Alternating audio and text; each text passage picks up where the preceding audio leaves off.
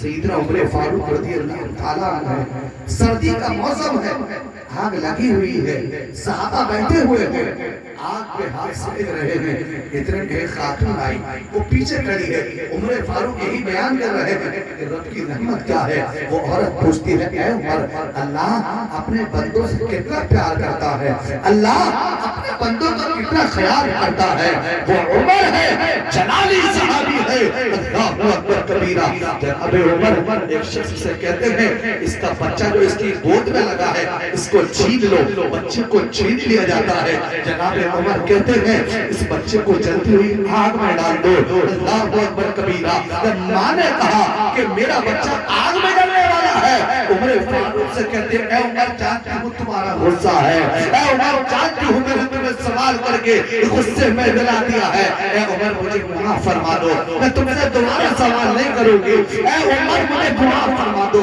جناب سیدنا عمر فاروق کہتے ہیں نہیں اے خاتون، اب تو تیرے بیٹے کو جلانا ہی پڑے گا. اللہ اکبر. جناب عمر کی بارگاہ میں وہ ضعیف فرماتی ہے، وہ خاتون رو رو کر آنسو بہاتی ہے، اے عمر اگر جلانا ہے تو میرے بیٹے کی جگہ مجھے جلا دو. اے عمر اگر جلانا ہے تو میرے بیٹے کی جگہ آگ میں مجھے ڈال دو، لیکن میرے بیٹے کو چھوڑ دو. جناب عمر فاروق اتنے میں جب بی بی کی اس عورت کی اس خاتون کی حالت دیکھتے ہیں، آنکھوں سے آنسو جاری ہے، وہ عورت کو دیکھ کر جناب عمر مسکرانے لگتے ہیں. جب وہ عمر مسکرا رہے ہیں وہ خاتون بھی ٹھنڈی ہوتی ہے اور کہتی ہے عمر تم نے آگ میں ڈالنے کا حکم دیا، اب میں رو رہی ہوں، تم دیکھ کر مسکرا رہے ہو، مسکرانے کی وجہ کیا ہے؟ کہا میں نے تمہارے بچے کو آگ میں ڈال دیا. کہا عمر نہیں ڈالا. تو اس عورت سے میرے سیدنا عمر فاروق اعظم پوچھتے ہیں اے ضعیفہ ابھی میں نے تیرے بچے کو ڈالا نہیں ہے، آگ میں نہیں ڈالا، لیکن تو تڑپ گئی، تیرا دل پگھل گیا، ماں کی ممتا سامنے آ گئی، بیٹے کو بچا لیا. میرے سیدنا عمر فاروق کہتے ہیں اے عورت، اے خاتون، تیرے بیٹے کو جلانا مقصد نہیں تھا بلکہ تجھے خدا کی رحمت بنانا مقصد تھا. اے خاتون سن، جتنا تو اپنے بیٹے سے پیار کرتی ہے، اللہ تعالیٰ 70 سال سے زیادہ اپنے بندوں سے پیار فرماتا ہے، محبت فرماتا ہے، اسی لیے رب کرتا ہے سستی مت رہو، سستی مت رہو، ولا تحزنوا، اور غم مت کرو، وانتم الاعلون ان کنتم مؤمنین. سب کچھ تمہارے لیے ہے، شرط یہ ہے کہ ایمان والے. حضرات ابھی پچھلا مہینہ، ابھی یہ محرم الحرام کا مہینہ ہے، 26 تاریخ نکلی ہے، 27ویں شب شروع ہو گئی، اور یہ 27ویں شب بھی بڑی بابرکت شب ہے. بولو سبحان اللہ. میں ذکر شہدائے کربلا بیان، کیونکہ ابھی آگے 15 اگست کے روز پروگرام ہوا تھا تو حکم ہوا ہے کہ بڑی تقریر کریں آپ. تو میری عادت نہیں ہے کہ میں ایک ہی تقریر بار بار کروں، لیکن تھوڑی سی بات بتا کر، چونکہ یہ ایک بچے کے جنم دن کا شاید معاملہ ہے، برتھ ڈے کا معاملہ ہے بچے کا، اس کے حوالے سے یہی ہے نا، کرانے والے کوئی ہے نہیں آپ کو، اسی وجہ سے ہے نا پروگرام. ماشاءاللہ اللہ اس بچے کو سلامت رکھے. پھر میں اس حوالے سے گفتگو کروں گا کہ بچوں کی تربیت پھر کیسی کرنی ہے، اس حوالے سے گفتگو. لیکن کربلا کے تعلق سے، کربلا میں بھی یہی ہوا کہ کربلا والے نہ سست رہے، بولو، اور نہ کسی چیز سے گھبرائے. آج تک دیکھو کتنی عزت ہو رہی ہے، لوگ دولت، عزت، عظمت، سب کچھ آج کربلا والوں پر نثار کرنے کو تیار ہے. کیوں؟ کیونکہ نہ وہ گھبرائے نہ وہ سستی میں رہے. اللہ نے اپنا وعدہ پورا فرما کر سب کچھ ان کے قدموں کی ٹھوکروں میں، اور ان کے لیے نہیں پروردگار عالم نے ہر روز وہ کچھ دے دیا جو بھی غلام حسین بن کر زندگیاں گزارتا ہے. آج دیکھو ہم غلام حسین ہیں، ہم حسین پاک کے سچے عاشق ہیں. آج دیکھو کتنی عزتیں عطا کی جاتی ہیں. یہ حافظ عرفان صاحب کو ملا غلام حسین ہے. آج دیکھو جگہ جگہ جاتے ہیں، خطاب فرماتے ہیں، لوگ صوفے دیتے ہیں، کرسیاں دیتے ہیں، اسٹیج دیتے ہیں، مائک والے کرتے ہیں. کیوں کرتے ہیں؟ کیونکہ جو غلام حسین ہوتا ہے وقت وقت کا وہ امام ہوتا ہے حضرات محترم، کیونکہ حسین پاک نے کربلا کی دھرتی پر وہ کردار دکھایا ہے، حسین پاک نے کربلا کی دھرتی پر اپنا صحیح معنوں میں وہ کام کر کے دکھایا ہے کہ زمانہ یاد کرے گا کہ حسین جیسا شہید نہ پہلے کبھی ہوا تھا، نہ حسین جیسا شہید قیامت تک کوئی دوسرا ہو سکتا۔ میرے حدیث ساتھیوں، کربلا والوں نے کیا کیا؟ اسلام کی حفاظت فرمائی۔ کیا کیا؟ بولیں، سارے لوگ بولیں، اسلام کی حفاظت فرمائی۔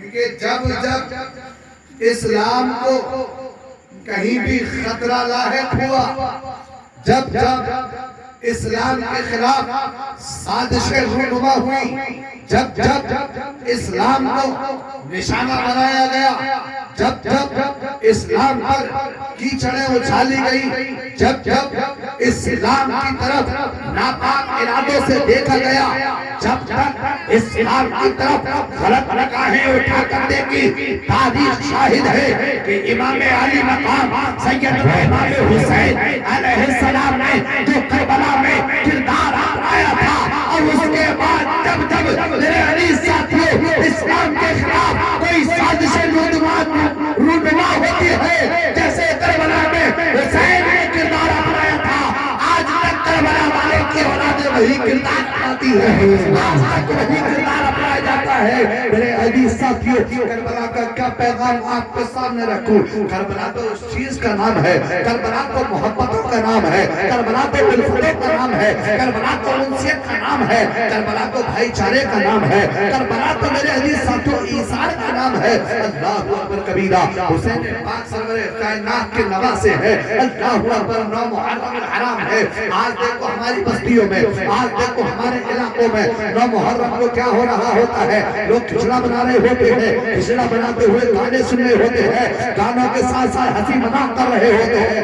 9 محرم ہے، پوچھنے والا پوچھتا ہے پر کیا کر رہے ہو؟ کھچڑا بنا رہا ہو، کیوں بنا رہے ہو؟ کل 10 محرم ہے، لوگوں کو کھلانا ہے۔ اللہ اکبر، آج 9 محرم کی راتیں ہماری ایسے گزرتی ہیں کہ لوگ نہ جانے کیسی خرافات کرتے ہیں، لیکن 9 محرم میں نبی یزیدیوں کی طرف سے ایک سپاہی آیا، کہا حسین بیعت کرو، حسین پاک نے کہا نہیں کروں گا، کہا اگر نہیں کرتے ہو تو پھر جنگ کرو۔ میرے حسین نے 9 محرم کو کہا تھا جنگ تو ہم کریں گے، لیکن آج کی رات ہمیں عبادت کے لیے دے دو، آج کی رات ہمیں ریاضت کے لیے دے دو، آج کی رات ہمیں رب سے ملاقات کے لیے دے دو۔ اللہ اکبر کبیرہ، 9 محرم ہے، حسین پاک ہے، اپنے ساتھیوں کو اکٹھا کرتے ہیں، چراغ خیمے میں جلا ہوا ہے، چراغ کو بجھا دیتے ہیں، اور بجھانے کے بعد میرے امام کہتے ہیں اے حسینیو، اے میرے ساتھیو، اے میرے رفقا، اے میرے رفیقو، تم سے ایک وعدہ کرنا چاہتا ہوں، ایک دعویٰ کرنا چاہتا ہوں، ایک بات کہنا چاہتا ہوں، تم سب لوگ میرے ساتھ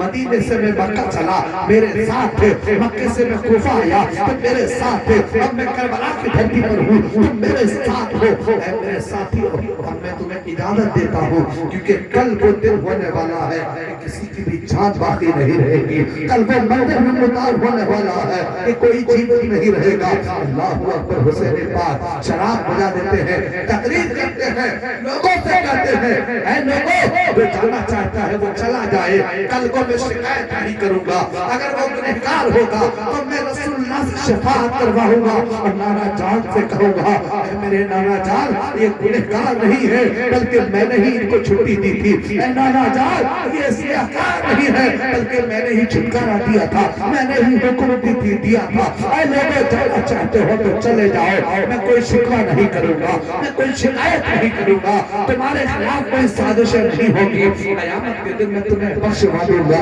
اللہ اکبر، حسین سمجھتے رہتے ہیں، لوگ سمجھتے رہتے ہیں، میرے حسین پاک کہتے ہیں چراغ جلاؤ، دیکھتا ہوں کتنے لوگ چلے گئے، جب حسین پاک نے چراغ جلایا، 9 محرم کی رات ہے، قیامت سے بھی بڑا کوئی منظر ہے۔ اسی کہنے والے نے یوں کہا کہ سوال آیا، منتہی نے پوچھا کہ قیامت کی تفصیل لکھو، لکھنے والا کہتا ہے جب مجھے منتہی نے سوال کیا کہ قیامت کی تفصیل لکھو تو میں قیامت کی کیا تفصیل لکھتا، میں نے قیامت کی تفصیل میں ایک کربلا رکھ دی ہے۔ اللہ اکبر کبیرہ، یہ وہی کربلا ہے۔ محرم امام نے چراغ جلایا، کیا کیا دیکھتے ہیں چراغ جل گیا ہے لیکن جتنے لوگ تھے ان میں سے کوئی بھی نہیں ہلا تھا, کوئی بھی جانے کی ہمت نہیں جٹا رہا تھا, سب کی آنکھوں میں آنسو تھے. حسین پاک نے پوچھا اے ضعیفو تم گئے کیوں نہیں, اے جوانوں تم گئے کیوں نہیں, اے عورتوں تم گئے کیوں نہیں, اے بچوں تم گئے کیوں نہیں. پھر لوگوں نے بیک زبان ہو کر کہا حسین ہم نے قسم کھائی ہے ہم جیئیں گے تو تمہارے ساتھ جیئیں گے, اور جانے شہادت پہنچ کریں گے تو تمہارے ساتھ کریں گے. حسین آج ہم نے تم سے چھٹکارا لے لیا تو جنت سے چھٹکارا ہو جائے گا. حسین ہم جنت کو نہیں چھوڑنا چاہتے, اس لیے کہ نبی کہتے ہیں الحسن والحسین سیدا شباب اہل الجنہ, کہ حسن و حسین جنتی جوانوں کے سردار ہیں. اب جب سردار ہمارے ساتھ موجود ہے تو جنت میں ہم سردار کے ساتھ جائیں گے, شہادت بھی سردار کے ساتھ رہیں گے. اور میرے عزیز ساتھیوں, سارے لوگوں سے میرے امام کہتے ہیں اگر نہیں جانا چاہتے تو اب تم تلاوت میں لگ جاؤ, عبادت میں لگ جاؤ. سارے لوگ عبادت خدا کر رہے ہوں. کیا تاریخ میں 9 تاریخ. میرے عزیز ساتھیوں, ہم حسینی ہیں تو ہمیں وہی کتاب آنا چاہیے. صرف 9 محرم ملے مطلب نہیں ہے, جب موقع ملے. اور موقع کی کیا بات, 5 نمازیں تو ایسی ہیں یہ تو ہر حال میں پڑھنی پڑے, ہر حال میں, کسی بھی حال میں بولو, کسی بھی حال میں.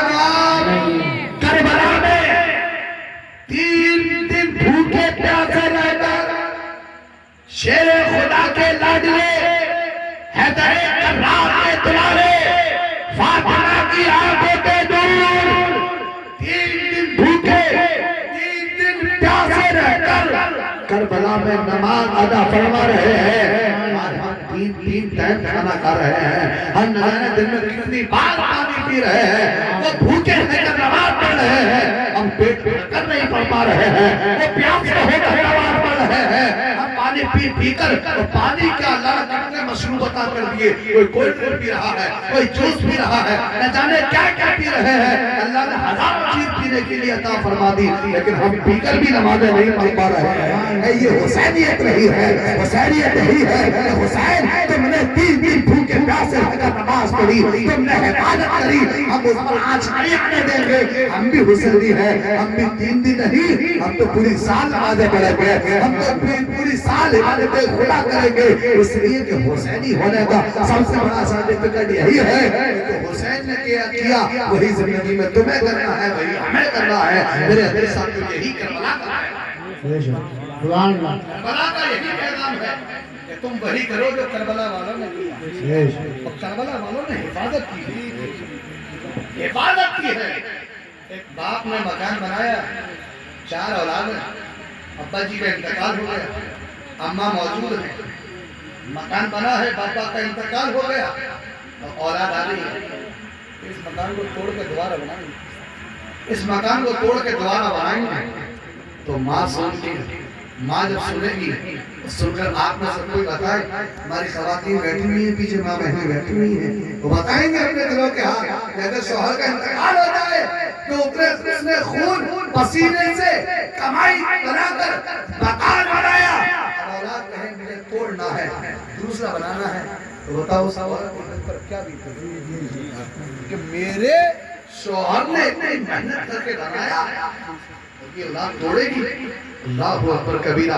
امام علی مقام نے اپنے گھر کے 21 لوگوں کو جان دے کر 72 ساتھیوں کے ساتھ اپنی جان کو راہ خدا میں دے کر اسلام کی حفاظت کی ہے. آج اس مسلمان اس عمارت کو ڈھا رہا ہے. آج کوئی کہہ دینا کہ مسجد میں فلاں جھنڈا لگا دو, مسجد سے اسپیکر اتار دو, تو آج مسلمان کی یہ حالت ہوتی ہے کہ لڑنے مرنے کو تیار ہو جاتا ہے. لیکن قاری عرفان صاحب کا ہے, اے لوگوں مسجد میں نمازیوں کی کمی ہے, نماز پڑھنے آؤ تو مسلمان نماز پڑھنے کو تیار نہیں ہوتا ہے. کوئی کہتا ہے فجر کی اذان پر پابندی لگاؤ, مسلمان سڑکوں پہ دیکھتے ہیں, مسلمان کہتے ہیں کیسے نہیں ہوگی. میرے عزیز ساتھیوں, ایک کہنے والے نے بات تو صحیح کہی لیکن دوسرے نے کہی. جب یہ عدالت میں معاملہ پہنچا کہ بھی نماز کو فجر کی جب اذان ہوتی ہے تو یہ اذان بند ہونی چاہیے. پوچھنے والوں نے پوچھا کیوں؟ تو دلیل دینے والے ایک ہندو وکیل نے کہا تھا کہ اس لیے کہ ہم مسجد کے قریب رہتے ہیں, ظہر میں نماز پڑھتے ہیں, عصر میں نماز پڑھتے ہیں, مغرب میں نماز پڑھتے ہیں, شام میں نماز پڑھتے ہیں. تو وہ وکیل کہتی ہے مسلم وکیل سے اذان کس لیے ہوتی ہے؟ لوگوں کو بلانے کے لیے. اس لیے ہوتی ہے بتایا آپ نے سارے لوگ لوگوں کو بلانے کے لیے. حی علی الصلاۃ, آؤ نماز کی طرف, حی علی الفلاح, آؤ کامیابی کی طرف. وہ مسلمان کہتا ہے کہ لوگوں کو بلانے کے لیے, وہ عورت کہتی ہے, وکیل ہے, غیر مسلم ہے, کہتی ہے کہ میں اس لیے کہہ رہی ہوں کہ فجر کی اذان نہیں ہونے چاہیے, اس لیے کہ 4 اذان ہوتی ہیں, ان میں لوگ آتے ہیں, لیکن ہمارے محلے میں فجر کی اذان ہوتی ہے تو لوگ آتے نہیں ہیں. کبھی کبھی اکیلے امام صاحب نماز پڑھتے ہیں. تو اس کہنے والے نماز نہیں کہی تھی, کسے دیکھ کر کہی تھی؟ ہمیں تمہیں دیکھ کر. ہم اپنی مسجدوں میں فجر کی نماز کے لیے نہیں جائیں گے, اذان ہوئی نماز کے لیے نہیں ہے, لوگوں کو بلانے کے لیے. یاد رکھو, آپ بھی کہیں گے, پوری دنیا کہتی ہے, ہر مسلمان کہتا ہے کہ عزت دینے والی ذات اللہ کی ذات. بولو کس کی ذات ہے؟ دولت دینے والا کون ہے؟ پانی برسانے والا, ہوا چلانے والا, یہ سیرے زندگی دینے والا, موت دینے والا, دولت دینے والا. زبان سے اگر دل میں یہ ہو جائے کہ واقعی میں سب کچھ اللہ دیتا ہے, تو اسی اللہ کے نبی کا فرمان ہے, حی علی الصلاۃ, اور نماز پھر کیا کہا؟ سب چاہتے ہیں نا کامیاب ہو جائیں. سلمان میاں صلاح الدین صاحب سے کوئی بڑھیا سا تعویذ کروا دینا کہ کامیاب ہو جائے. عرفان میاں صاحب سے کوئی تعویذ کروا دینا کہ وہ اپنا کام شروع ہو گیا, بس وہ کامیاب ہو جائے, کامیاب ہو جائے, کامیاب ہو جائے. یاد رکھو, نماز کو چھوڑ کر نہ کل کوئی مسلمان کامیاب ہوا تھا, نہ آج کوئی کامیاب ہو سکتا ہے. اس لیے میرے نبی کی باتیں, حی علی الفلاح, آؤ کامیابی کی طرف. کامیابی دینے والی ذات خدا کی ذات ہے, اور اسی خدا کے پیغمبر نے اعلان کہا. اور پھر ایک بات یہ ہے, قد افلح المؤمنون, تحقیق ہے کہ ایمان والے کامیاب ہو گئے. قرآن کہتا ہے کھرے بارے میں شروع آئے تک کہتا ہے قد افلح المؤمنون, تحقیق ہے, شک نہیں ہے, ہوا میں بات نہیں ہے, تحقیق ہے کہ ایمان والے کامیاب ہو گئے. ایمان والے, اللہ سے بولو, ایمان والے کامیاب ہو گئے. جب ایمان والا بندہ ہوگا تو پھر وہ نمازیں, بولو بلند آواز سے, کیا شرما رہے ہو؟ یہ کہو کہ ہم نیت کرو, دل میں فوراً نیت کرو کہ ہم انشاءاللہ 5 وقت کی نماز پڑھیں. کیوں نیت کریں؟ کیونکہ میرے نبی فرماتے ہیں انما الاعمال بالنیات, اعمال کا جو دار و مدار ہے وہ نیتوں پر ہوتا ہے. ایک اور حدیث ہے, میرے نبی فرماتے ہیں نیت المؤمن خیر من عملہ, کہ مومن کی نیت اس کے عمل کرنے سے بہتر ہے. بولو سبحان اللہ. نیت کرو کہ انشاءاللہ نماز پڑھیں گے, 5 وقت کی پڑھیں گے. میرے عزیز ساتھیوں, کیونکہ ایمان والے کے لیے سب سے پہلا یہ ہے کہ ایمان والا نماز کا پابند ہوگا. بنیاد الاسلام علی 5, اسلام کی بنیاد 5 چیزوں پر ہے. کتنی چیزوں پر ہے؟ اور سے بولے 5 چیزوں پر. سب سے پہلا ہے کلمہ پڑھنا.